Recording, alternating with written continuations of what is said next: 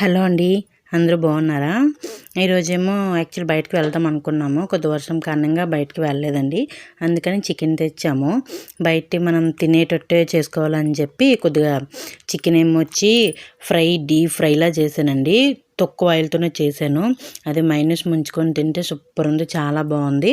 దీంతో పాటు plain biryani with chicken curry కూడా వండాను అనమాట. అంతా చేశాను. అది ప్రాసెస్ చెప్పడం గురించి కాదండి, నార్మల్గా నేను ఒక విషయం చెప్పాలనుకుంటున్నాను. ఎవరు తప్పుగా నన్ను అర్థం చేసుకోవద్దండి. ఎందుకంటే షార్ట్స్ ఎక్కువ చూస్తున్నాం కదా, అందులో వచ్చేవి కొన్ని ఎలా ఉంటున్నాయంటే ఏదో ఫస్ట్ 1-2 సార్లు వినేటప్పుడు బాగానే ఉంటుంది కానండి, అవి అలా ఆలోచించిన కొలది ఎలా ఉంటున్నాయంటే ఏమో చాలామంది ఏమనుకుంటున్నారంటే ఇవి నిజమే కదా అన్నట్టు ఉంటాయి. కానీ అలా పరిస్థితులు ఎక్కడ లేవండి. ఏదైనా ఇంటర్వ్యూలో అలా మాటలు చెప్పుకోవడానికి అయితే చాలా బాగుంటాయి, కానీ నిజ జీవితంలో అలా ఉండలేదండి. అందులో నేను ఒకటి చెప్పాలనుకుంటున్నాను. ప్లీజ్ ఎవరు నన్ను తప్పుగా అర్థం చేసుకోవద్దు. ఏంటంటే ఒక ఇంటర్వ్యూ మామూలుగా చూశానండి. 25 సంవత్సరాలు అమ్మాయిని పెంచుతారు, ఆ ఇల్లు నాది కాదే అంటారు. పెళ్ళి అయిన తర్వాత అత్తోరింటి అదే నా ఇల్లు కాదు అంటారు.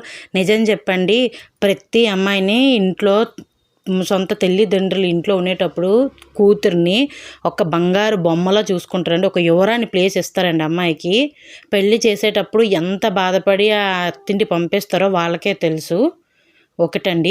తర్వాత అత్తింటికి వెళ్ళిన తర్వాత కాదు అంటే నిజంగా ఇప్పుడులో ఎవరున్నారండి అలాగా కోడళ్ళు మాటలు పడిన వాళ్ళు? ఎవ్వరు ఎక్కడా లేరు అండి. కోడలు ఆధిపత్యంలోనే ఉంటున్నారు చాలామంది. చాలామందిని అత్తలను కూడా పెట్టించుకోలేదు. ఆ ఇల్లు నాది కాదు అంటారు.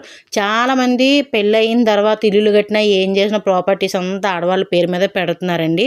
ఇలాంటివి మాటలు మామూలుగా ఇంటర్వ్యూలో చెప్పుకోవడానికి బాగుంటుంది. దానికి ఏమొచ్చి ఒక సాడ్ మ్యూజిక్ లాగా వేసేసి చేస్తున్నారు. అదైతే చాలా రాంగ్ అండి. నేను అసలు అయితే ఒప్పుకోను.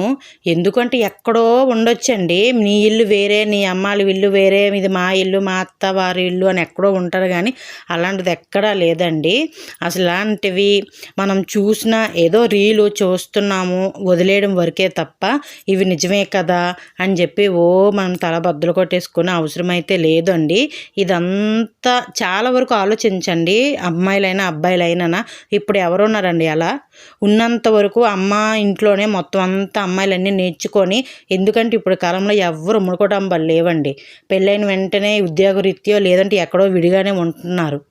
కాబట్టి అందరూ మంచిగా ఇంటి దగ్గర నుంచి అన్ని పనులు నేర్చుకొని అన్నీ చేసుకొని నా ఇల్లు నా సొంత ఇల్లు అని ఉంటేనే లైఫ్ అంతా హ్యాపీగా ఉంటుందండి. ఇలాంటి వేషాలు వేయకండి ప్లీజ్.